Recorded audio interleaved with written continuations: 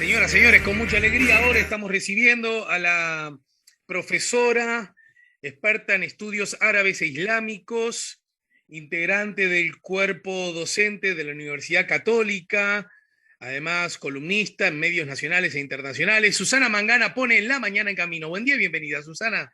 Buenos días, ¿cómo estás, Alejandro? Tanto tiempo, ¿cómo andas? ¿Todo bien? Bien, muy bien, contento de conversar contigo, de recibirte. Y como siempre, para que nos des pistas, pautas, insumos para poder entender un poco más y un poco mejor, en este caso, lo que está ocurriendo en Afganistán, la tentación de siempre de abordar, un poco de eso nos has enseñado bastante, ¿no? La tentación que tenemos de abordar lo que está pasando en el aquí y ahora, y aún eso con relativo alcance, porque vemos que sobre lo que está pasando hay distintas, ya no miradas, sino distintas informaciones, y por supuesto distintas miradas, pero en todo caso, cualquier cosa de lo que está pasando aquí y ahora tiene su conexión directísima con el pasado, un pasado que nosotros en general, para aquella parte del planeta, por cuestiones de distancia, no solo en kilómetros, sino también culturales y cargadas de poca información, generando además situaciones de prejuicio, solemos desconocer. Entonces, aquí es que aparece Susana Mangana para darnos una mano.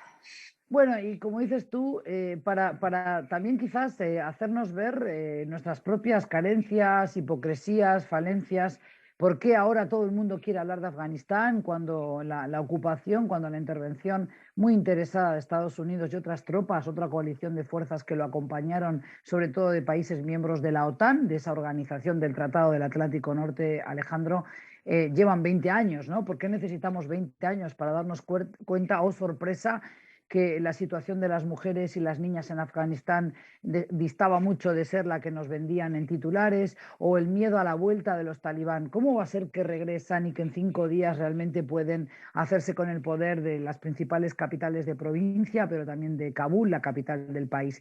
Obviamente es que nunca se fueron, entonces nos lo contaron al revés. Por eso yo muchas veces, más que poner el acento en los otros malos, en los talibán, que es fácil acusarlos, y hay muchas razones para ello, también quiero poner el ojo y la mira en nuestra propia actuación, en tanto que países sí democráticos, países que sí podemos castigar mediante el voto a nuestros políticos.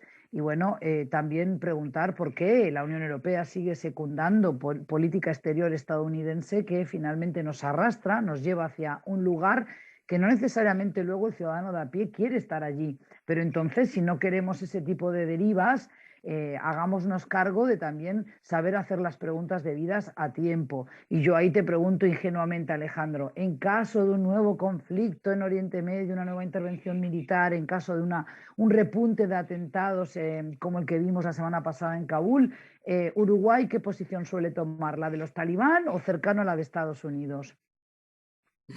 Ingenuamente Bueno, pregunto. la de los talibán seguro que no.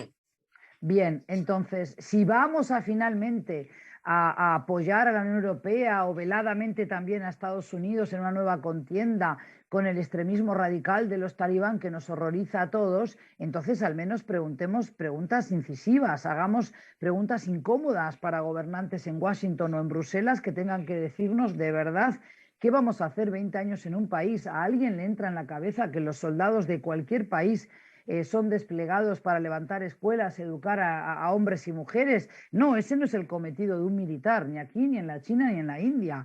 Entonces, dejemos de ser tan ingenuos o lisa y llanamente tan estúpidos, ¿verdad? Porque a veces también pecamos de omisión. Y después, durante 2 semanas, tres, a lo sumo un mes, durará la preocupación internacional por Afganistán y luego los condenaremos al olvido. Y eso es lo que no quiero hacer justamente. Por eso cuando tú dices, y aquí se presenta Susana una vez más para hacernos entender estas cuestiones, tienes razón, normalmente y con buen tino tú me llamas, otros no lo hacen y siguen opinando, siguen llevando a todólogos también a sus mesas de debate, que lo único que hacen es enmarañar más la cancha, porque las personas que nos escuchan ahora no tienen cómo distinguir, cómo conocer la diferencia entre un suní, un chií, de qué sirve hablar con ciertos términos, wahabismo, es una ensalada de términos que la gente no Ujú. digiere. Entonces eso no sirve, hay que ir a las bases de las cosas, pero además la historia detrás de la historia. ¿Por qué hoy tenemos un movimiento talibán? ¿De dónde surge?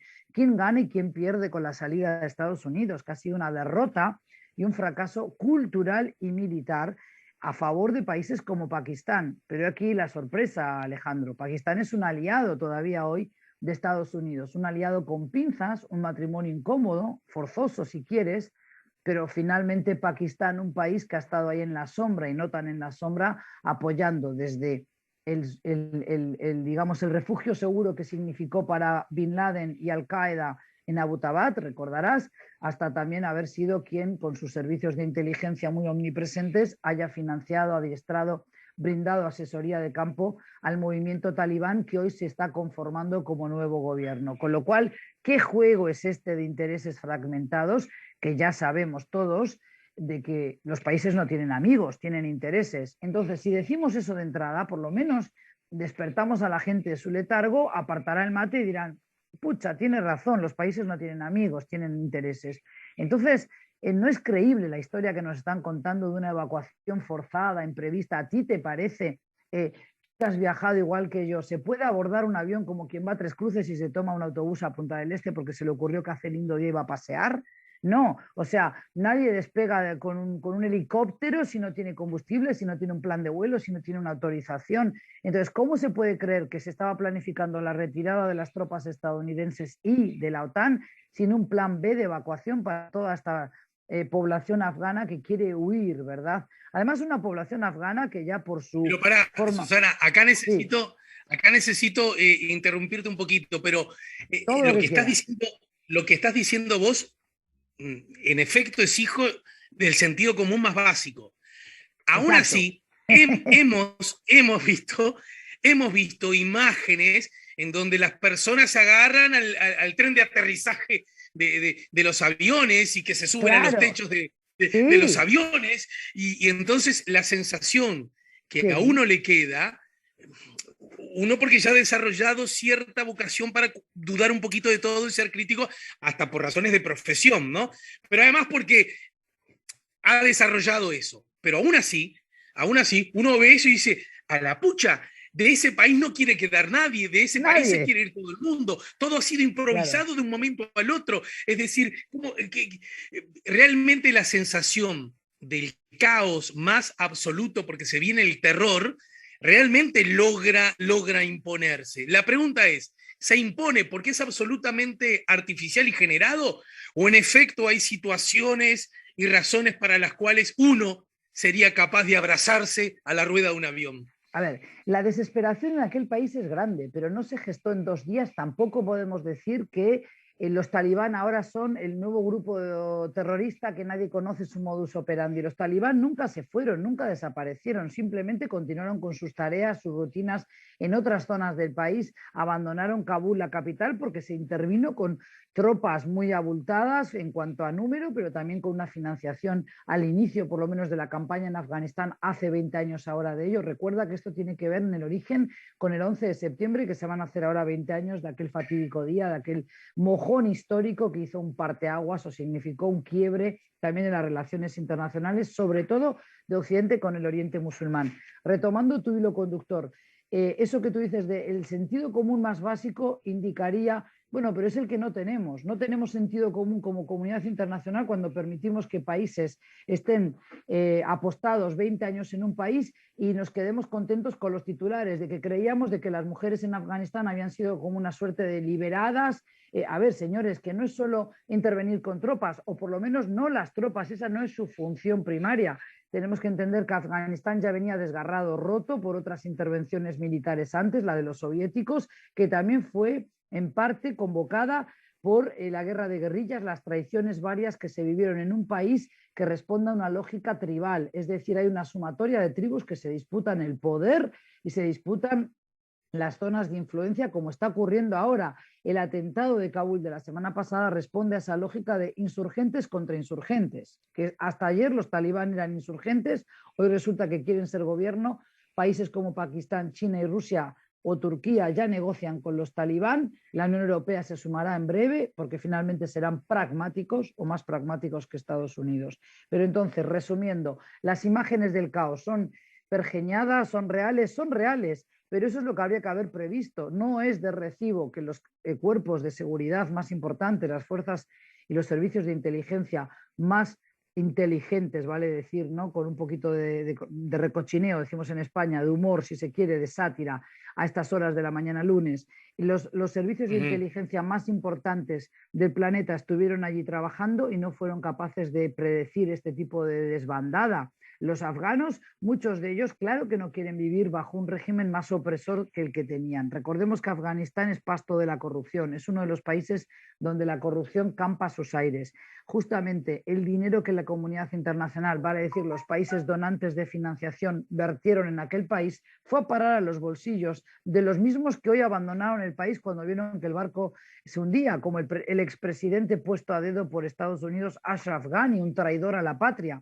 Pero es que es un país que está desgarrado por divisiones étnicas, como dije antes, pero también religiosas. Ahora, yo no quiero entrar a decir nombres que no signifiquen gran cosa para la audiencia. Lo que tenemos que destapar aquí es la sarta de mentiras, de medias verdades que se nos han ido contando a cuentagotas durante estos 20 años, que sirvieron para de alguna manera callar mentes o sobre todo evitar preguntas incisivas como las que hoy me vas a querer hacer. ¿Por qué no hicimos también como comunidad internacional? Y Pero ahí a me ver, incluyo. ayúdanos. Sí. ¿Cuáles serían esas mentiras o medias verdades que estamos sistemáticamente recibiendo o que hemos estado sistemáticamente escuchando? Bueno, una de ellas, la principal que hoy preocupa, la situación de las mujeres. Es como que con la llegada de las tropas estadounidenses, las mujeres afganas hubieran cobrado una serie de privilegios y de derechos que sin la presencia de soldados y marines norteamericanos no hubieran disfrutado de ellos. No es así. Para ello tiene que Para, haber un cambio de acá te cabeza. detengo, acá te detengo. Es verdad que ante el ingreso del talibán, ante la consolidación de ese poder fundamentalista, religioso, hasta ahí voy bien, profe. Sí, sí, sí.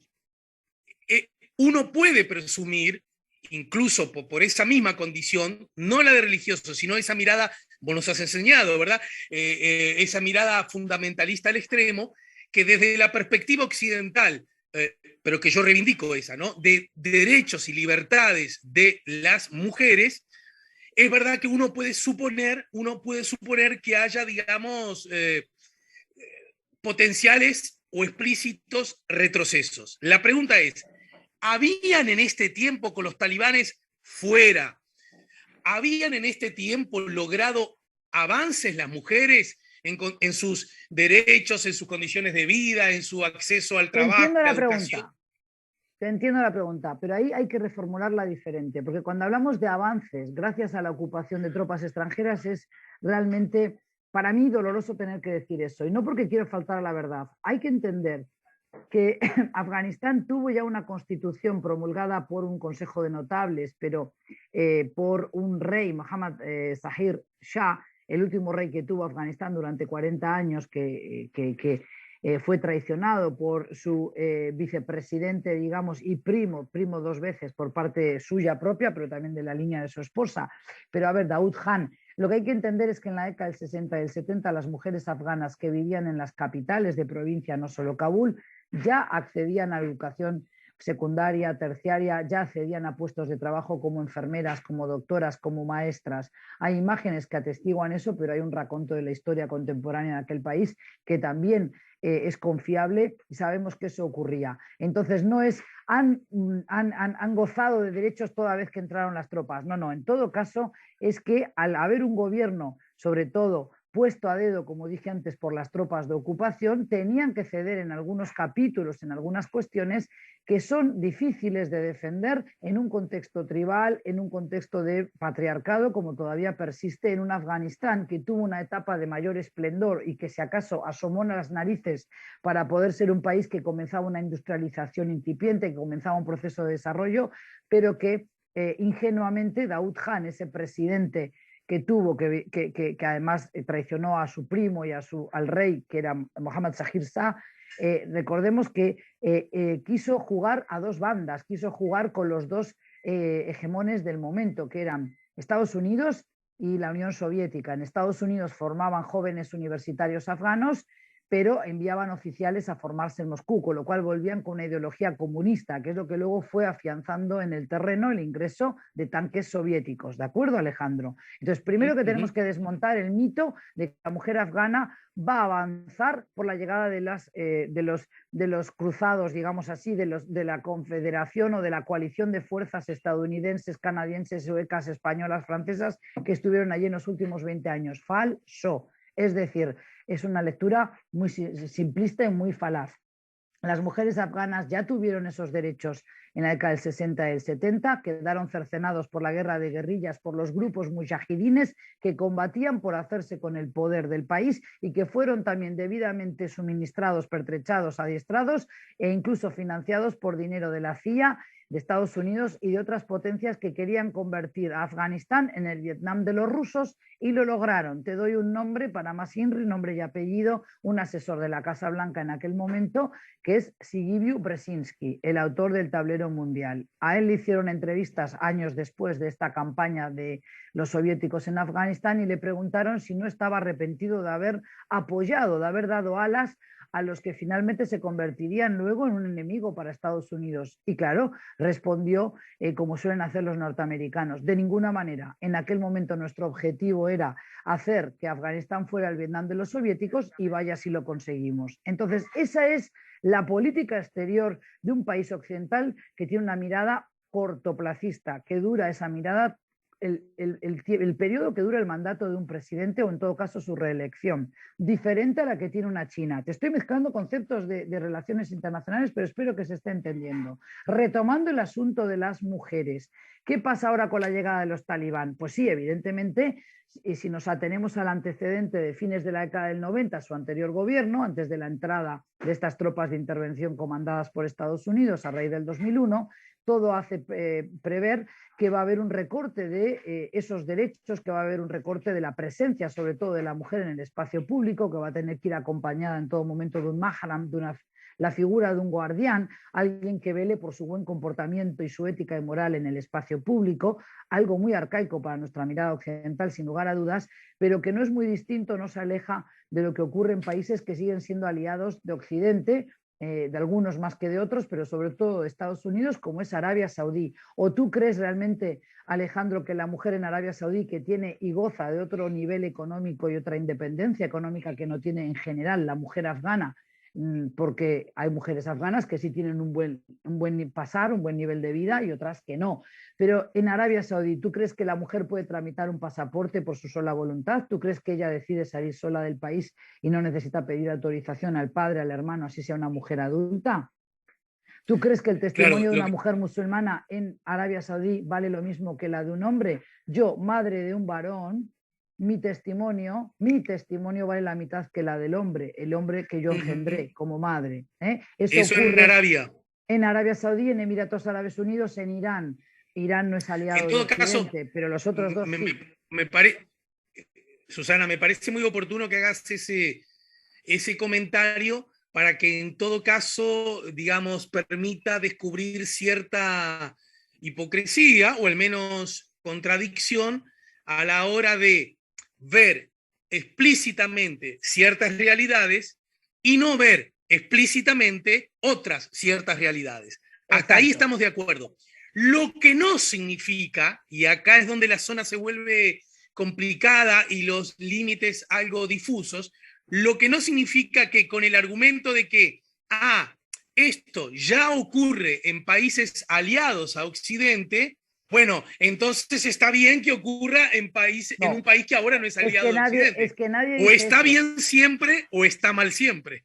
Claro, lo que sí hay que hacer es mantener esta vigilancia académica que creo que tú sabes reconocer que la mantengo desde hace muchos años. Tengo 52 años y estudio el mundo musulmán desde los 18, cualquiera puede hacer la cuenta matemática, es lo que vengo denunciando sistemáticamente siempre. Por eso mantengo una coherencia.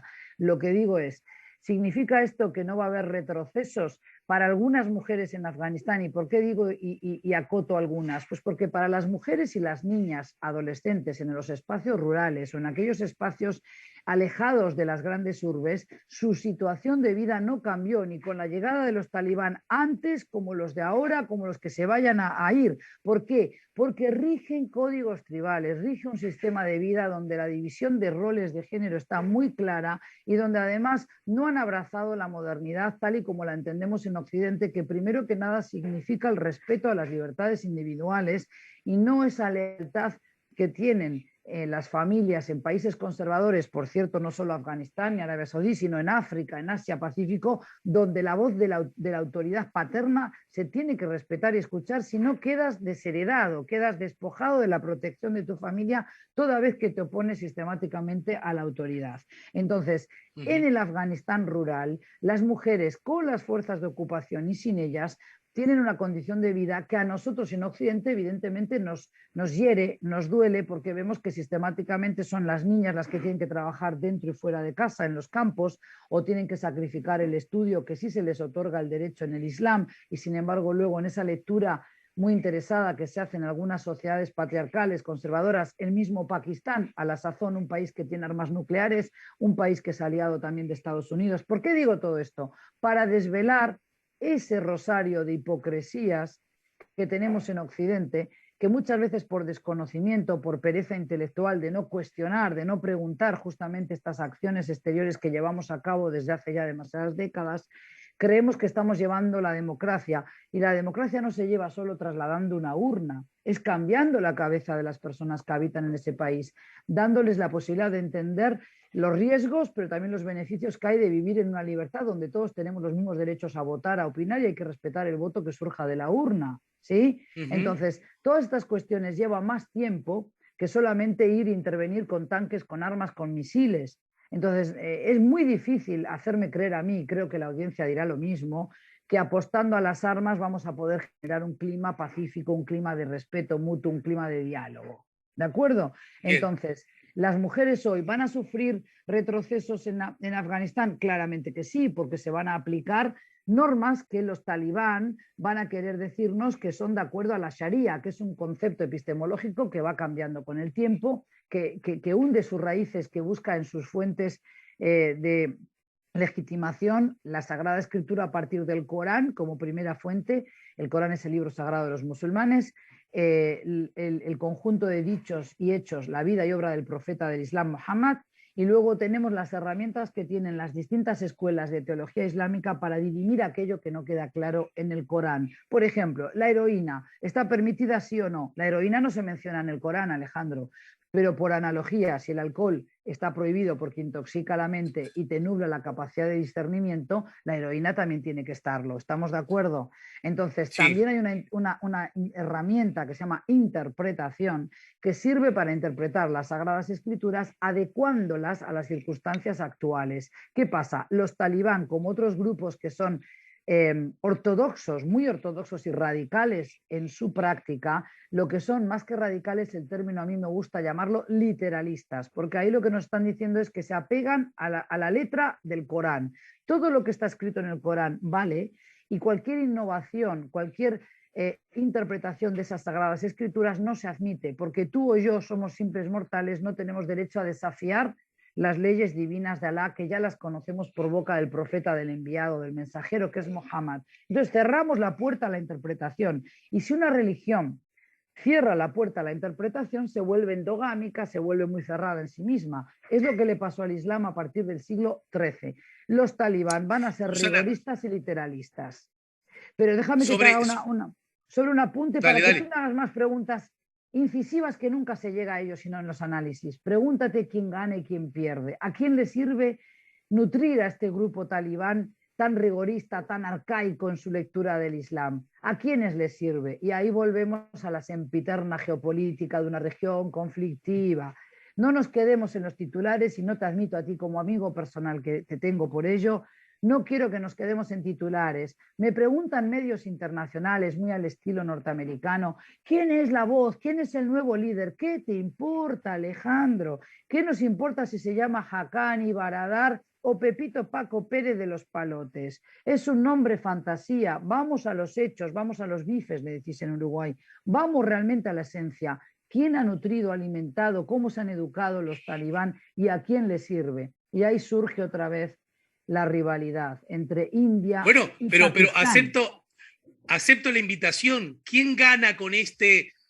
Es una palabra que se está usando mucho, mucho en los medios de comunicación, con este caos, ¿verdad? Es casi, casi la palabra más repetida. He Sí, tomado apuntes de todo sí. esto. ¿Quién potencialmente gana con todo esto? ¿Quién Me lo saldría vas a decir beneficiado? tú, me lo vas a decir tú y no yo. Y la audiencia nos va a seguir el hilo conductor.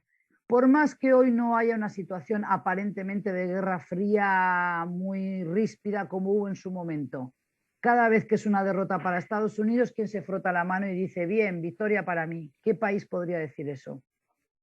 Bueno, o China o Rusia. Genial, ya eres experto en geopolítica, por lo que veo. Era tan difícil llegar a eso.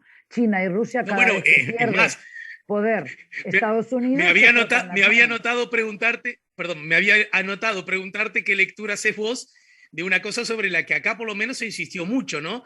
Las sedes diplomáticas de los distintos países huyeron, se fueron, cerraron, etcétera, y las únicas que quedaron abiertas son las de China y Rusia. Seguramente Pregúntate no por fueron las qué. únicas, pero se hizo hincapié en eso, ¿no?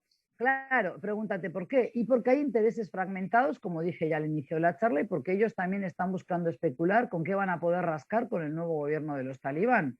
Pero además, ¿qué otro país en la región es clave y pivot central para esta cuestión de los talibán? Y Pakistán. Y te lo dije antes, Pakistán es un país que ha recibido muchísima financiación de parte de Estados Unidos para que siga siendo un aliado, pero que además es el semillero del fundamentalismo islámico también más radical hoy. Y además es donde tenemos al germen de lo que fue el liderazgo inicial de los talibán, pero muchas escuelas que con financiación de Pakistán y de Arabia Saudí formaron, nutrieron toda esa doctrina que hoy es de la que vive el movimiento talibán. Entonces, ahí es donde tenemos los botones para presionar, los flancos débiles por donde Occidente tiene que empezar tú decías, bueno, pero no es posible que esto pase con los talibán, el retroceso para los derechos de las mujeres, las niñas y los ciudadanos hombres afganos, que también la pasan mal. A ver, si vistes jean, te van a decir que te saques el jean y no te lo van a pedir con un por favor primero, te van a sacar el jean a latigazo, cachetazo limpio. Te van a imponer un estricto código de moral en la calle, no se puede escuchar música menos occidental, van a cerrar cines si los hubiere. O sea, hay que ver cómo va a ser también la vida para el pueblo afgano, no solo mujeres y niñas. Aquí hay que ser justos con toda la población, más allá del sexo que tengan o del género. Ahí me pierdo un poco con toda la terminología. Pero Pero entonces, Alejandro, Susana, perdón, quiero solo decir terminar esto. de Estados Unidos puede entenderte. presionar. Es, ajá. O sea, Estados Unidos y la Unión Europea pueden presionar a países como Pakistán para que no esté especulando con sus intereses únicamente, siempre lo van a hacer, todos los países lo hacen, Estados Unidos el primero, ¿verdad? La Unión Europea también, pero entonces, si realmente nos importa la condición de vida de las mujeres afganas, entendamos que hay una geopolítica muy cruel por atrás y que, por ejemplo, la India utiliza su influencia con los baluchis en el sur de Pakistán para atemorizar, para asustar a Pakistán, al gobierno central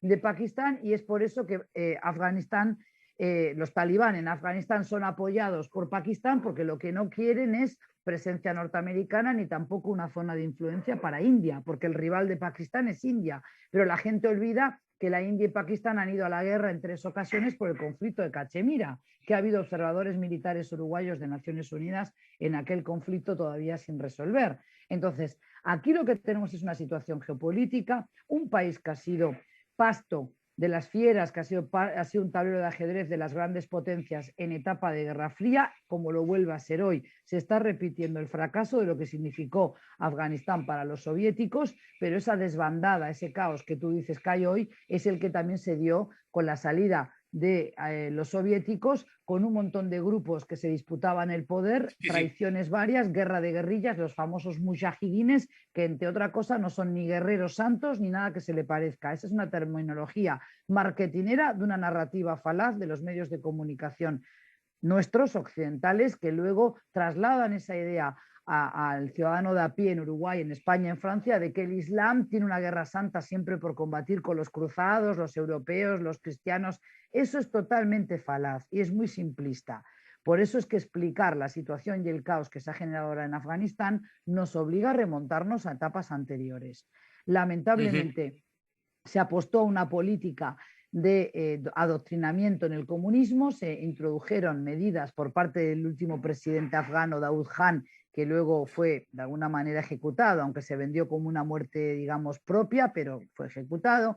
Entonces, Daoud Khan quiso estar bien con Dios y con el diablo, con estadounidenses y con los soviéticos, y le salió mal el experimento, pero en el proceso, además, se descompuso un frágil equilibrio social que había. Se le empezó a pedir a los latifundistas en Afganistán que no cobraran la deuda a los campesinos, a las personas que tenían trabajando para ellos, con lo cual los latifundistas dejaron de tener una motivación para prestar dinero, porque no lo iban a recuperar nunca.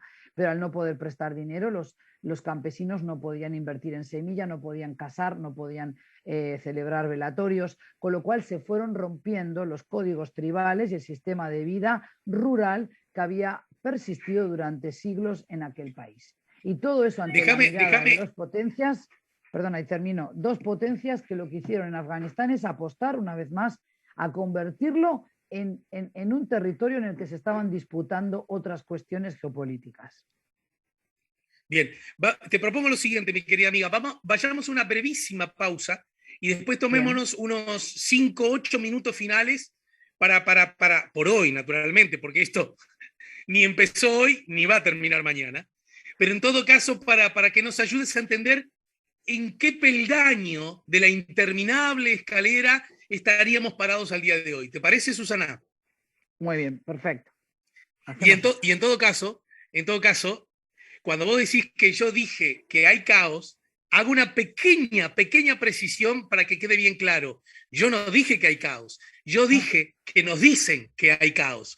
No, yo no lo sé, en realidad. Claro, no, pero Alejandro, lo podemos decir tranquilamente. Claro que hay caos. Cuando la embajadora del Reino Unido tuitea aquí en Uruguay, en su cuenta de Twitter, que está feliz de ver una imagen de un avión militar británico cargando a todas esas personas en la barriga, dijéramos, del avión, que no tiene asientos, que van sentados en el suelo, que nunca había tantas personas dentro de un avión militar. Eso es cierto, pero no es algo que nos debe enorgullecer, sino que nos debe entristecer, Alejandro, que eso tenga que pasar. Yo entiendo la función de la embajadora, pero hay que tener mesura en este tipo de dichos. Nos debe avergonzar que los servicios de inteligencia más poderosos del planeta hayan estado 20 años allí y no hayan podido prever este caos que sí se está dando. De aquí en más, me lo contestás luego de la pausa, ¿qué podríamos esperar? ¿De acuerdo? Estamos poniendo la mañana en camino, estamos con Susana Mangana, estamos en el 98.7. Recuerden que ya se viene el Encuentro Internacional de Comunicación Política, organizado por APU, la Asociación de Prensa del Uruguay, y también por la Facultad de Cultura del CRAE. Sobre eso hablaremos luego de la pausa.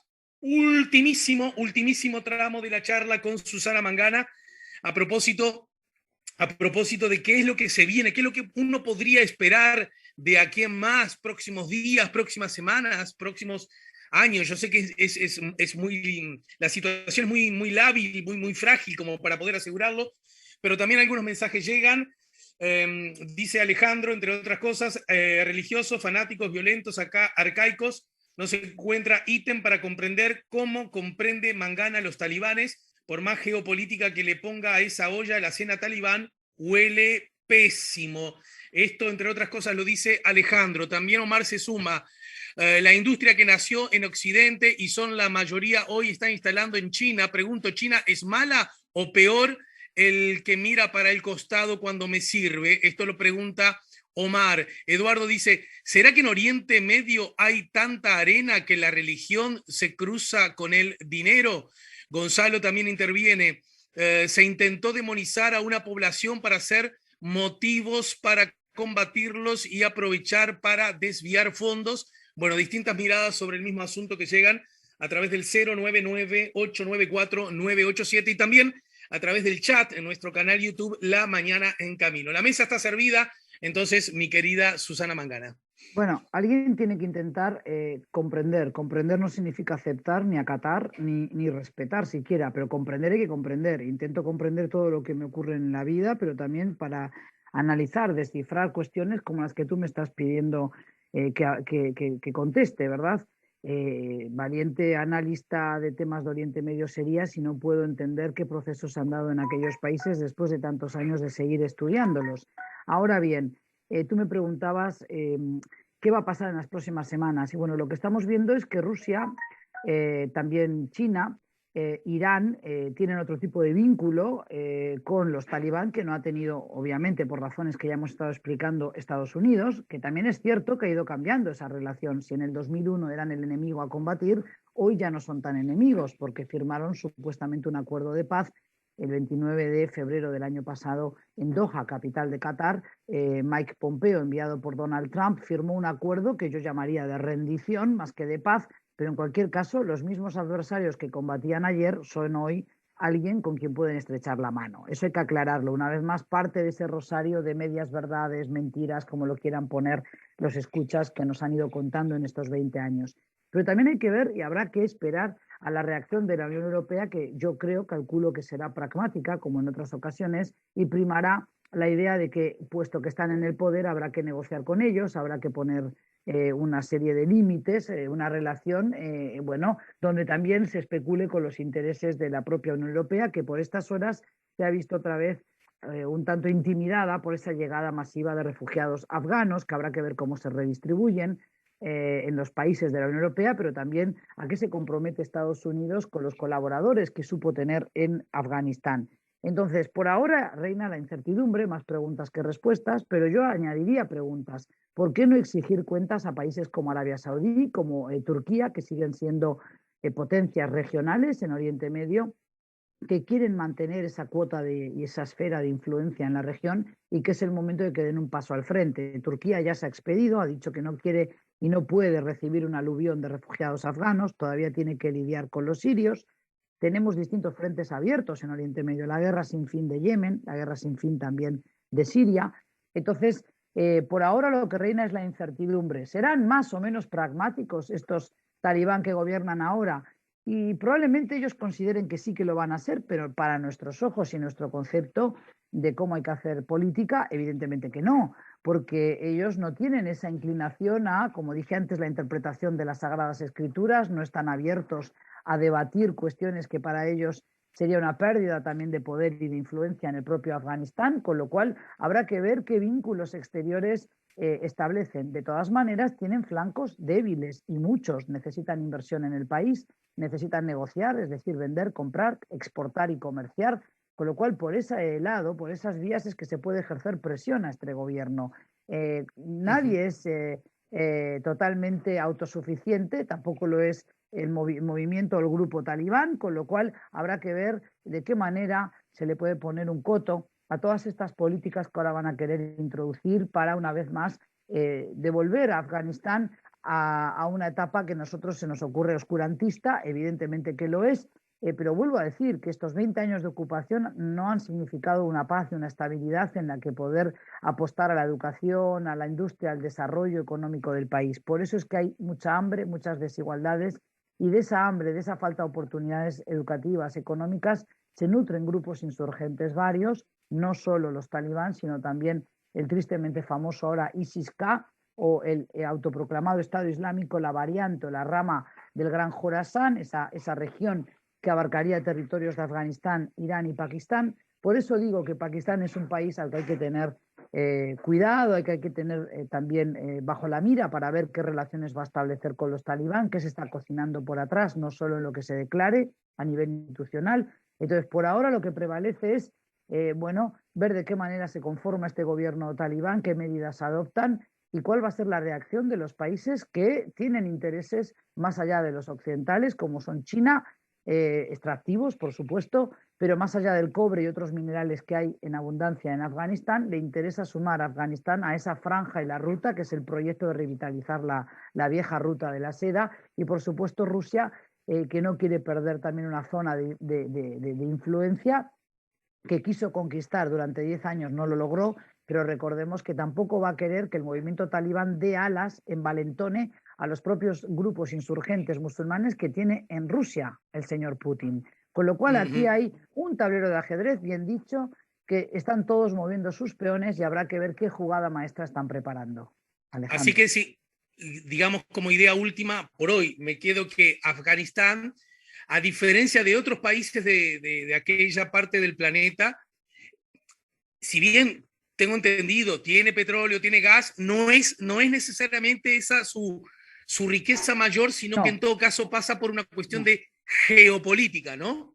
Es una cuestión de geopolítica, por más que le haya rechinado al escucha Alejandro, es así, es una vieja rivalidad que hay, ya dije antes, en etapa de Guerra Fría entre Estados Unidos y Unión Soviética, pero además recordemos que es una zona, la zona AFPAC, Afganistán-Pakistán, muy cercana también a otra rivalidad geopolítica como es la de Pakistán e Irán, y ahí tenemos el diferendo de Cachemira, con lo cual hay que tener en cuenta que, bueno, Afganistán ha sido un experimento fallido, desde distintas partes del mundo se ha querido ver a Afganistán como un país, cuando en realidad es una sumatoria de tribus, los patans o los patanes pastún, que normalmente se los considera poco inteligentes, poco preparados a lo largo de la historia. Hay motivos antropológicos para ello en el sentido de rivalidades entre etnias, pero que son los que han detentado el poder casi siempre en Afganistán, fuertemente enfrentados a taícos o, por ejemplo, a los hazara, que además son chiíes. Pero como dije al principio de la charla, a mí me parece que toda esta ensalada de términos no agrega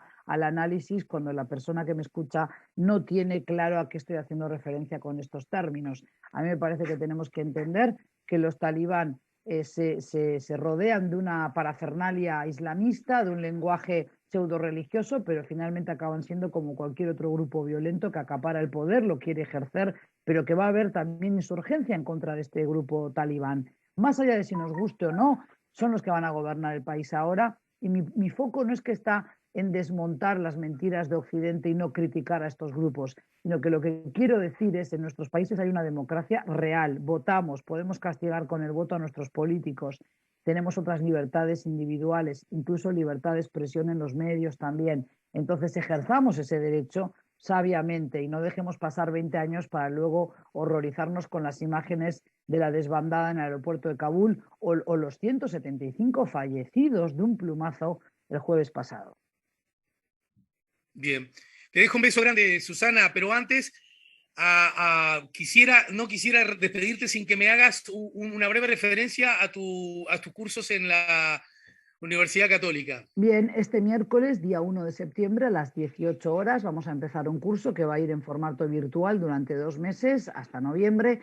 Vamos a tener un curso centrado en la integración de las diásporas árabe y musulmana en América Latina, en clave de comparación, en clave comparada con Canadá, Estados Unidos, la Unión Europea, pero ahora también con toda la relevancia que ha cobrado el tema de los refugiados afganos, otra vez, como ya ocurrió en el 2015 con la Unión Europea y los sirios. Vamos a trabajar cuestiones como de qué manera se integra un musulmán a nuestra cultura occidental, cuáles son los puntos de fricción, cuáles son aquellas similitudes, diferencias que le permiten sí o no integrarse mejor, qué políticas han seguido distintos países, cómo es la presencia del Islam en América Latina. Muchas veces soslayamos la larguísima presencia de un Islam en tierras latinoamericanas desde hace siglos y me parece que vamos a disfrutar mucho todos juntos debatiendo estas cuestiones, pero también trayendo el testimonio de personas musulmanas que habitan en el espacio latinoamericano. Algunos son de cuna, otros son conversos, revertidos, dirían en Brasil, al Islam, con lo cual va a haber una amplia presencia de voces musulmanas, que yo creo que es lo que muchas veces falta, darle la voz a los propios protagonistas.